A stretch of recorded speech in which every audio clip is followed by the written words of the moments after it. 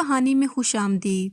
آج کی کہانی میں آگے بڑھنے سے پہلے اگر ابھی تک آپ نے ہمارے چینل کو سبسکرائب نہیں کیا تو جلدی سے چینل کو سبسکرائب کر لیں تاکہ آپ کو ایسی ہی کہانیاں وقت پر ملتی رہیں۔ یہ 80 کی دہائی کا چکوال کے ایک انتہائی پسماندہ دیہات میں پیش آنے والا سچا واقعہ ہے جو مجھے میرے ایک دوست نے سنایا تھا۔ نذیر اپنے والدین کا 25 سالہ اکلوتا بیٹا تھا۔ وہ ایک پڑھا لکھا اور خوبرو نوجوان تھا۔ بہت تگ و دو کے بعد بھی اور سفارش نہ ہونے کی وجہ سے کہیں نوکری نہ مل سکی تو مجبور ہو کر راولپنڈی چھوٹے موٹے کام کی تلاش میں آ گیا۔ کچھ جمع پونجی پاس تھی، ایک وقت کھانا کھا کر دن گزار لیتا اور باقی وقت میں کام تلاش کرتا۔ 2-4 روز بعد اسے راولپنڈی کے ایک مشہور بازار میں ایک بہت بڑے سٹور پر مناسب سیلری پر کام مل گیا۔ ایک ہفتہ بعد نذیر نے نوٹ کیا کہ سٹور کا مالک سیٹھ جمشید انتہائی شریف اور غریب پرور انسان ہے۔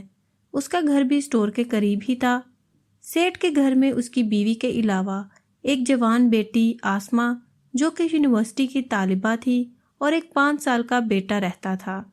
نذیر باقی سب نوکروں سے بڑھ کر محنت کرتا، کبھی بھی کام چوری نہ کرتا۔ سیٹھ جمشید ہفتے میں 2-3 دن ہی سٹور پر چکر لگاتا تھا۔ اس نے سارا انتظام کیشیئر اسلم کے حوالے کر رکھا تھا۔ سیٹھ جب بھی سٹور پر چکر لگاتا تو اسلم اس کے سامنے نذیر کی شرافت اور محنت کی تعریف کرتا، جس پر سیٹھ نذیر سے اور بھی خوش ہو جاتا اور اس کا اعتماد نذیر پر بڑھتا گیا۔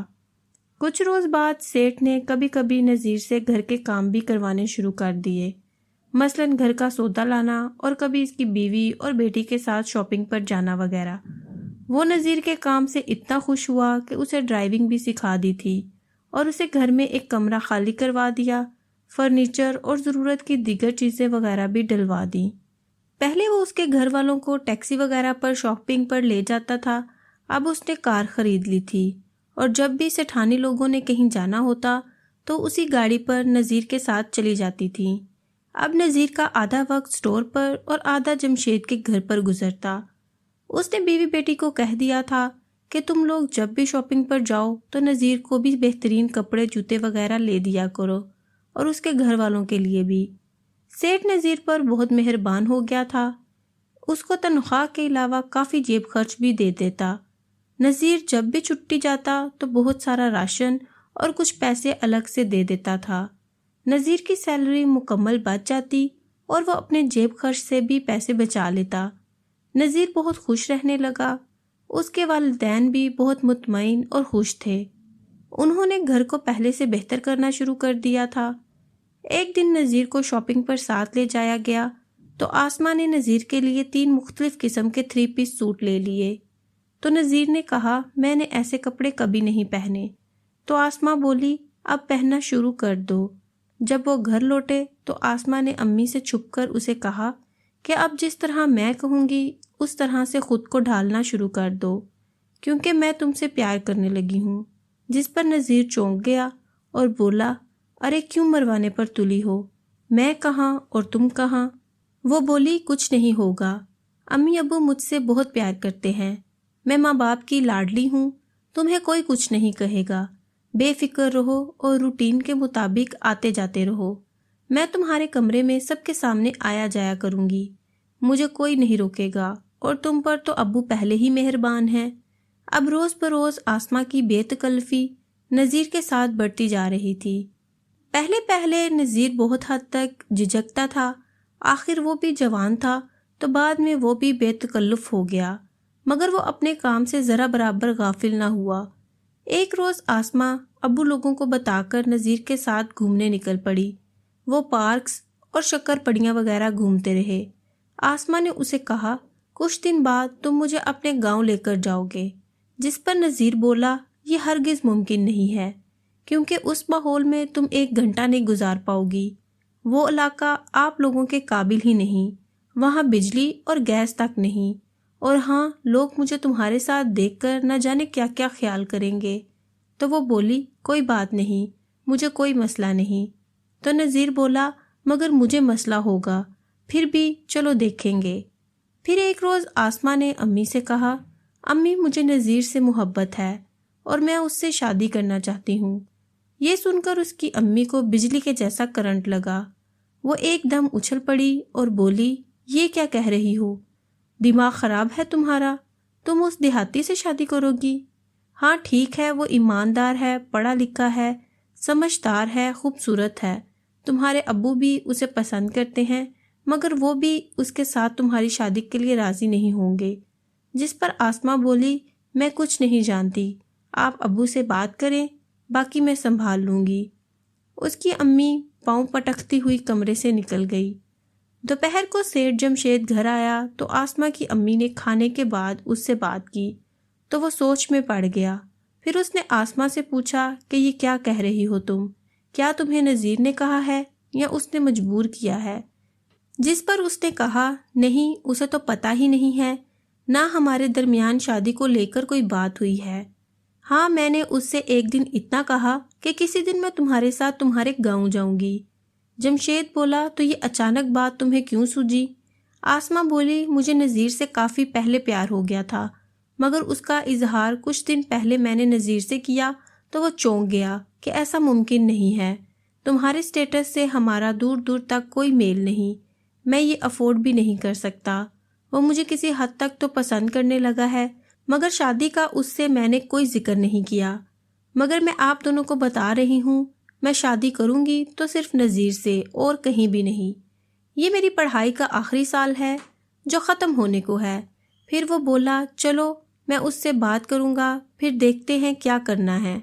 رات کو جمشید خود نذیر کے کمرے میں گیا اور اس سے ساری بات کی اور پوچھی۔ اس نے کہا، جناب مجھے آسماء نے مجبور کیا کہ میں تم سے پیار کرتی ہوں۔ میں نے منع کیا مگر وہ پھر بھی میرے قریب ہوتی گئی اور نہ جانے کب اور کیسے کسی حد تک مجھے بھی اس سے پیار ہونے لگا۔ شادی کا تو ہم میں کوئی ذکر ہوا ہی نہیں۔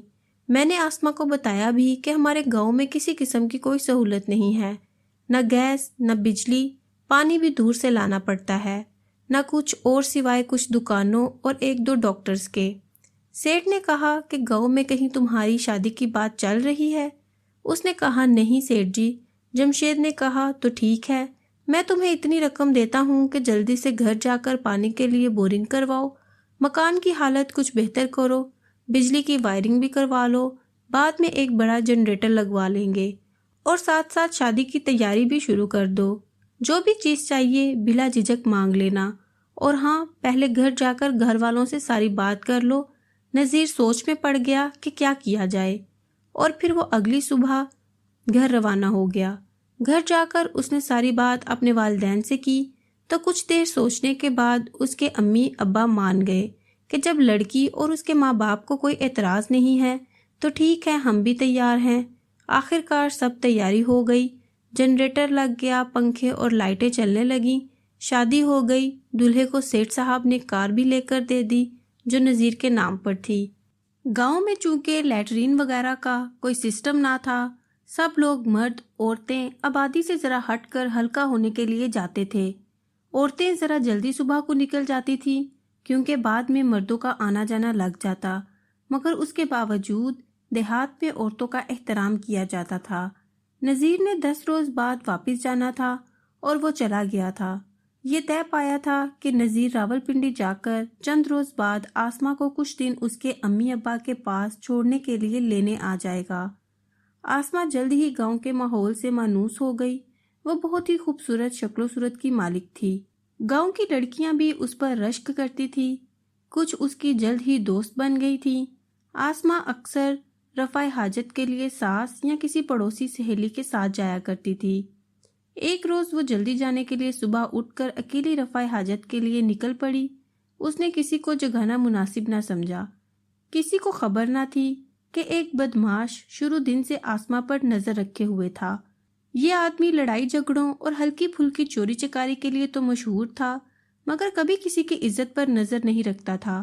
جیسے ہی آسماء گھر سے نکلی اور کچھ ہی آگے بڑھی تو وہ ایک جگہ چھپا تھا۔ وہ دبے پاؤں کچھ فاصلہ رکھ کر اس کے پیچھے ہو گیا۔ آگے جا کر وہ اس جگہ چھپ گیا جو ذرا ایک طرف تھی، اور اگر بندہ چھپ جائے تو آسانی سے نظر نہیں آتا تھا۔ وہ انتظار کرنے لگا کہ آسماء واپس آئے تو اسے دبوچ لے۔ پھر ایسا ہی ہوا۔ کچھ ہی دیر بعد آسمہ واپس آ رہی تھی۔ پرویز چھپا ہوا تھا۔ جیسے ہی وہ اس کے نزدیک پہنچی، اس بدمعاش پرویز نے اس کو پکڑ لیا، اس کے منہ پر ہاتھ رکھ کر اسے گہری جگہ لے گیا۔ وہ ایک ہٹا کٹا جوان آدمی تھا اور آسمہ ایک نازک سی لڑکی۔ وہ خود کو اس بدمعاش کے چنگل سے نہ چھڑا سکی۔ پرویز کافی دیر تک اس کی عزت سے کھیلتا رہا۔ آسمہ بے بس ہو چکی تھی۔ پرویز ہر طرف سے بے خبر تھا۔ اچانک گاؤں کے چند نوجوان دوسرے گاؤں کو جاتے ہوئے اس راستے سے گزر رہے تھے کہ اچانک آسمہ کی چیخ بلند ہوئی تو وہ سب رک گئے اور ادھر ادھر دیکھنے لگے کہ انہوں نے دوبارہ ہلکی سی کراہنے کی آواز سنی جو کہ قریب سے آ رہی تھی۔ وہ اسی طرف بڑھے تو سارا منظر ان کے سامنے تھا۔ سب نے پہچان لیا کہ یہ پرویز ہے اور لڑکی نذیر کی بیوی۔ پھر کیا تھا، انہوں نے آسمہ پر چادر ڈالی۔ وہ اٹھ کر ایک طرف ہوئی اور کپڑے سمیٹ کر آہستہ آہستہ روتی ہوئی چل پڑی، اور پھر ان چاروں لڑکوں نے پرویز کو ٹھڈوں پر رکھ لیا اور اسے فٹ بال بنا کر گاؤں کی طرف لے جانے لگے۔ آسمہ گھر پہنچی اور ساس سے لپٹ کر رونے لگی۔ اس کی ساس بھی اس کی حالت دیکھ کر سمجھ گئی اور اس کو تسلی اور حوصلہ دینے لگی، اور نذیر کا ابا کلہاڑی لے کر پرویز کی طرف دوڑا کیونکہ ایک لڑکے نے آ کر اسے یہ واقعہ بتا دیا تھا۔ نذیر کا ابا پرویز پر وار کرنے ہی لگا تھا کہ لوگوں نے اسے قابو کر لیا، مگر وہ بار بار خود کو چھڑا کر پھر سے دوڑ پڑتا کیونکہ وہ ایک مضبوط جسم کا مالک تھا۔ پرویز گاؤں پہنچا تو ہر ایک نے اسے تھپڑ اور جوتوں سے نوازا۔ آخرکار اسے قریبی پولیس چوکی پر دے دیا گیا۔ گاؤں کی عورتیں ہوتے ہوئے بھی سب نے آسمہ سے ہمدردی کی اور معذرت بھی کی کہ تم ہمارے گاؤں کی عزت ہو، ہمیں اس بات کا دکھ ہے۔ اس سے پہلے یہاں کبھی ایسا واقعہ پیش نہیں آیا۔ پرویز کافی لت کھری کے بعد لمبے عرصے کے لیے اندر ہو گیا اور جرمانہ بھی ادا کرنا پڑا۔ آسمہ کے میکے والوں کو اور نذیر کو بھی خبر ہو گئی، مگر بات کو دبا دیا گیا۔ آسمہ کے باپ نے کہا یہ بات گاؤں تک ہی رہنی چاہیے، مجرم پکڑا گیا ہے۔ آسمہ آہستہ آہستہ زندگی کو روٹین پر لے آئی۔ گاؤں والوں نے بھی دوبارہ اس بات کو کبھی نہیں چھیڑا۔ نذیر اور آسمہ اب بہت خوشگوار زندگی گزار رہے ہیں۔ 2 سال بعد اللہ نے انہیں اولاد کی خوشی کی خبر نصیب کی۔ دونوں بہت خوش ہیں۔ گاؤں والے آسمہ کی بہت عزت کرتے ہیں۔ میں سوچتی ہوں آسمہ کے شہری ماحول کو دیکھتے ہوئے گھر پر ایک ٹوائلٹ بھی بنوا لیا جاتا تو شاید یہ نہ ہوتا۔